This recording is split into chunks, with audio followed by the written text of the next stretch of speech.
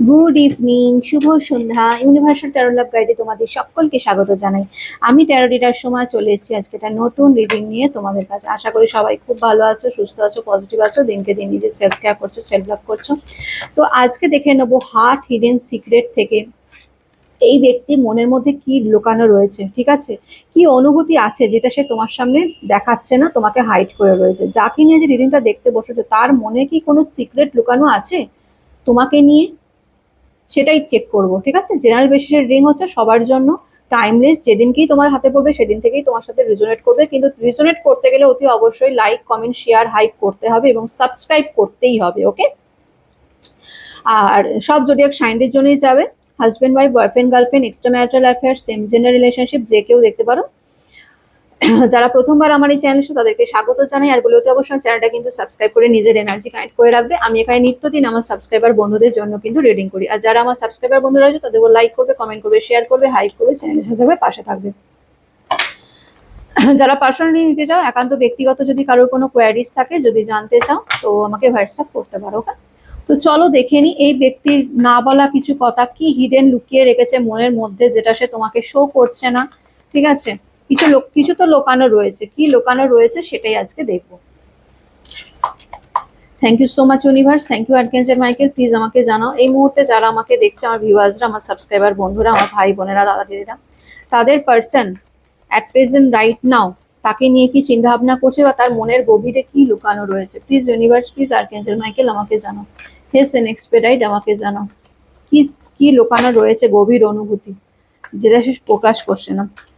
Please universe, please archangel Michael আমাকে জানাও, সঠিক প্রেডিকশনটা দাও। প্লিজ ইউনিভার্স, সঠিক প্রেডিকশনটা দাও। চলো দেখে নি কি চলছে।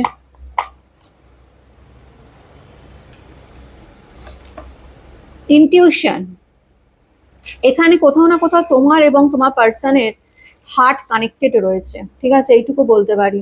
মানে তুমি হয়তো যে মুহূর্তে ব্যক্তিকে মনে করছো বা এই ব্যক্তির কথা ভাবছো বা এই ব্যক্তির জন্য কষ্ট পাচ্ছ, কাঁদছো, ঠিক সেই মুহূর্তে এই ব্যক্তিও কোথাও না কোথাও তোমাকে মনে করছে, তোমার জন্য কষ্ট পাচ্ছে, তোমার অনুপস্থিতি এই ব্যক্তিকে মানে কাঁদাচ্ছে, কষ্ট দিচ্ছে। মানে দুজন দুজনের প্রতি সেম ইনটিউশন কিন্তু তোমরা রাখো, যেটা দেখতে পাচ্ছি টেলিপ্যাথির একটা যোগ থাকে। ঠিক আছে, মানে তোমার মন যদি কাঁদে এই ব্যক্তির জন্য, তো এই ব্যক্তির মনও তোমার জন্য কাঁদে।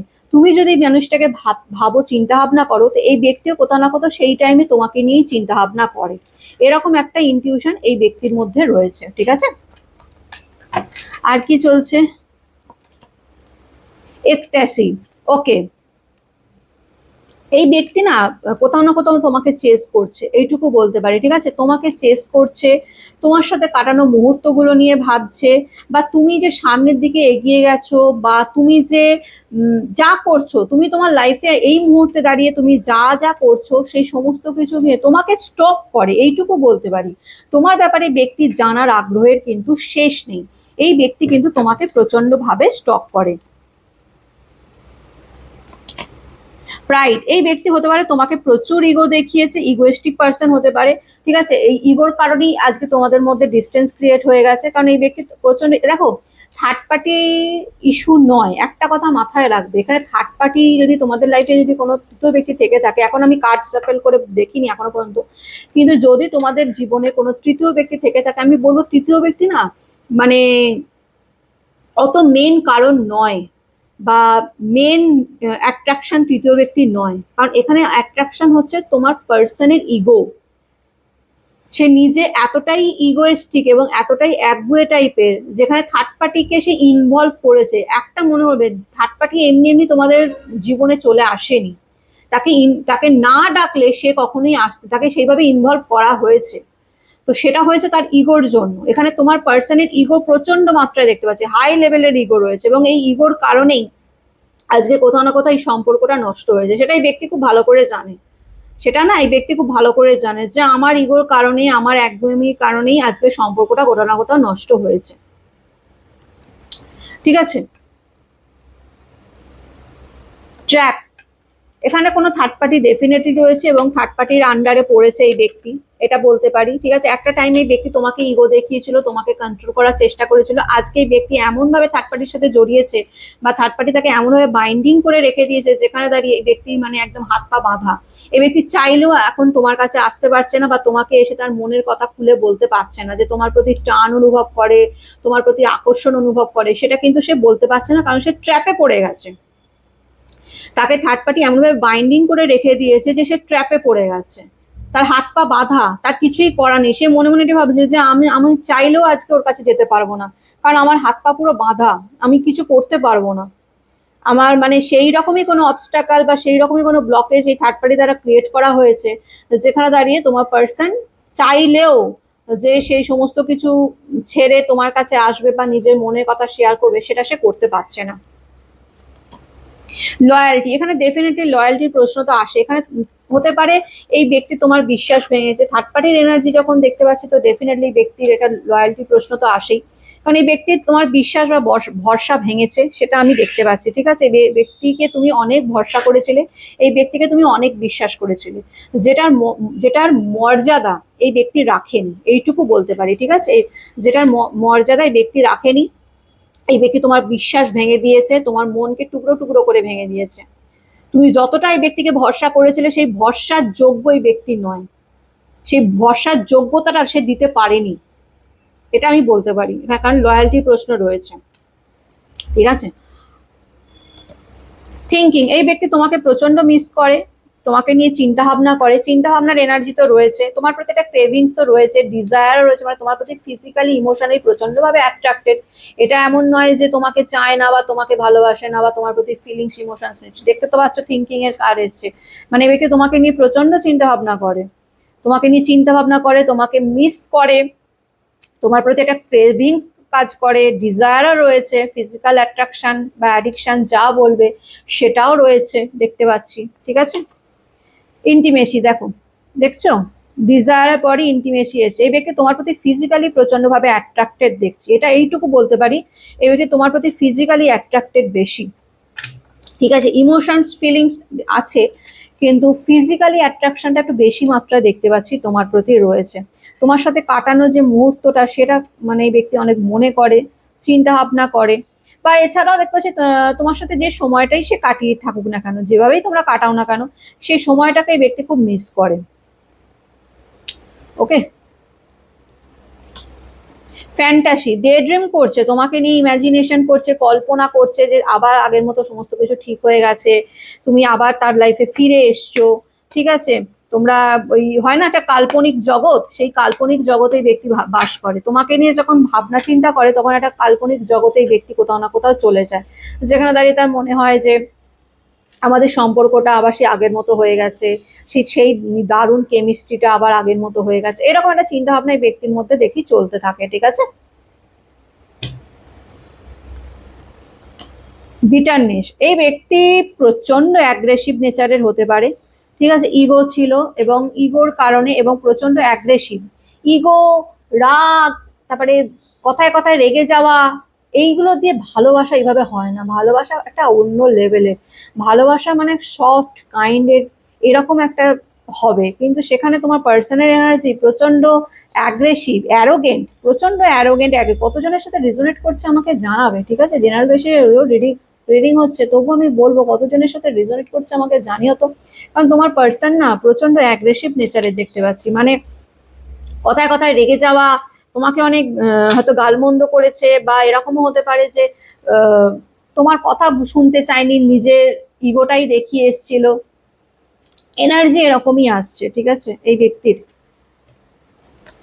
কেমিস্ট্রি, কিন্তু এই ব্যক্তি তোমার প্রতি অ্যাট্রাকশন আছে, দূরে গিয়েও এই ব্যক্তি তোমাকেই চায়, তোমার প্রতি প্রচন্ডভাবে টান আকর্ষণ অনুভব করে, তোমার প্রতি প্যাশন আছে, কারণ তোমার সাথে এই ব্যক্তির যে কেমিস্ট্রি বা যে বন্ডিংটা ছিল না, সেটা সে আর অন্য কোথাও গিয়ে পায়নি। ঠিক আছে, সে যে ট্র্যাপেই পড়ুক আর যেভাবেই হোক না কেন, এই ব্যক্তি তোমার সাথে যেভাবে কাটিয়েছিল, বা হতে পারে তুমি তাকে মানে সেইভাবে কন্ট্রোল করতে না, বা সেইভাবে সেই বেঁধে রাখতে না, যেটা থার্ড পার্টি করছে।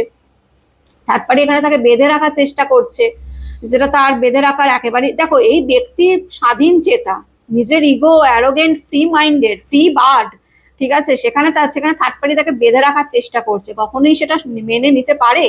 তোমরা তো তাকে কখনোই বেঁধে রাখতে চাওনি, তোমরা তাকে মুক্ত আকাশের মতো তাকে উঠতে দিয়েছিলে, পাখি যেমন ওড়ে সেই রকম ভাবে।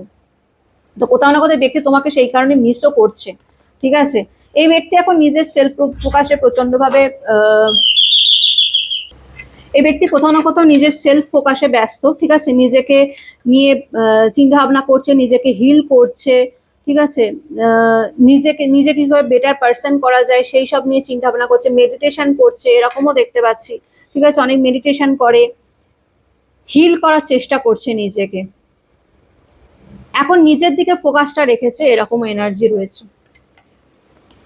ব্রোকেন, এই ব্যক্তি তোমাকে হার্ট করেছে, যেটা দেখতে পাচ্ছি, তুমি এই ব্যক্তি দ্বারা প্রচন্ড মাত্রায় হার্ট হয়েছো, অনেক কষ্ট যন্ত্রণায় ব্যক্তি তোমাকে দিয়েছে। আজকে যে সেটা পাচ্ছে না এমনটা নয়, কিন্তু আজকেও কোথাও না কোথাও সেই কর্মাটা এই ব্যক্তির লাইফে ঘুরে ফিরে কিন্তু আসছে। যে কষ্ট, যে যন্ত্রণায় ব্যক্তি তোমাকে দিয়েছিল, সেই কষ্ট যন্ত্রণাটা কোথাও না কোথাও ব্যক্তির লাইফে ঘুরে ফিরে কিন্তু আসছে। ওকে, ফাইনালি এই ব্যক্তি একটা টাইমে তোমাকে গুড বাই জানিয়ে দিয়েছিল, টাটা বাই বাই, আমি আর তোমার সাথে সম্পর্ক রাখতে চাই না, ঠিক আছে, এইরকম একটা দেখিয়ে, ইগো দেখিয়ে, রাগ দেখিয়ে, টাটা গুড বাই করে তোমাকে ছেড়ে চলে গেছিল মাঝপথে, যেটার এনার্জি রয়েছে, ডেফিনেটলি রয়েছে। কিন্তু এই ব্যক্তি ছেড়ে গিয়েও তোমার সাথে মানে ভালো নেই, এই ব্যক্তি কিন্তু মুভ অন করতে চেয়েছিল, এইটুকু মানে মানে অস্বীকার করার উপায় নেই যে ব্যক্তি মুভ অন করতে চায়নি, বা এরকম কিন্তু এনার্জি নেই। মুভ অন কিন্তু করতে চেয়েছিল, কিন্তু এমন একজনের সাথে মুভ অন করতে চেয়েছে যে তাকে হাত পা বেঁধে রেখে দিয়েছে, পরিষ্কার কথা, ঠিক আছে। তো যেখানে দাঁড়িয়ে এই ব্যক্তি একটা টাইমে তোমাকে তো গুড বাই জানিয়ে দিয়েছিল, কিন্তু তোমাকে ভুলতেও পারেনি, আবার ঘুরে ফিরে আসতে চাইছে। সাইলেন্স, এই মুহূর্তে সে সাইলেন্স হয়ে রয়েছে, নিজেকে হিল করছে, মেডিটেশন করছে, সাইলেন্স ছাড়া, চুপ থাকা ছাড়া আর তো কোনো উপায় নেই, বলো কি করে, কি করবে, কারণ সে যা করেছে, সে যে অন্যায়টা করেছে, সে তোমার সাথে যে খারাপ বিহেভটা করেছে, তারপর তার চুপ থাকা ছাড়া আর কি উপায় আছে? তার তো একটা লজ্জাবোধ রয়েছে না, তোমার ফেস টু ফেস হতে পারছে না। পাস্ট লাইফ, এই ব্যক্তির সাথে তোমার পাস্ট কানেকশন থাকতে পারে, ঠিক আছে, পাস্টের কোনো রিলেশন, কার্মিক রিলেশনে তুমি আর এই ব্যক্তি থাকতে পারো, ঠিক আছে, কার্মিক রিলেশনে। দেখো রিজেকশনে ভয়, কি বললাম না, এই ব্যক্তি ভয় পাচ্ছে, হেজিটেট ফিল করছে, ফেস টু ফেস হতে ভয় পাচ্ছে, কারণ রিজেকশন, তুমি জানে যে তোমার সাথে যে অন্যায়টা সে করেছে, তুমি তাকে দেখলেই রিজেক্ট করে দেবে, তুমি তাকে আর অ্যাকসেপ্ট করবে না, সেই ভয়তেই সে তোমার সামনে আসছে না, চুপ চুপ হয়ে রয়েছে। আজকে এই ব্যক্তি নিজের ইগোর কারণে প্রচন্ড ডিস্টেন্স, তোমাদের মধ্যে ডিস্টেন্স মানে একদম সেপারেশন হয়ে গেছে, স্পেস হয়ে গেছে, ঠিক আছে, ব্লকেজ হয়ে গেছে এই ব্যক্তি। এই ব্যক্তিকে তোমার লাইফে ফিরবে? প্লিজ ইউনিভার্স জানাও, এই ব্যক্তি কি আমার ভিউয়ার্সদের লাইফে ফিরবে? প্লিজ ইউনিভার্স জানাও, এই ব্যক্তি কি আমার ভিউয়ার্সদের লাইফে ফিরবে? এই ব্যক্তি কি আমার ভিউয়ার্সদের লাইফে ফিরবে? প্লিজ ইউনিভার্স জানাও।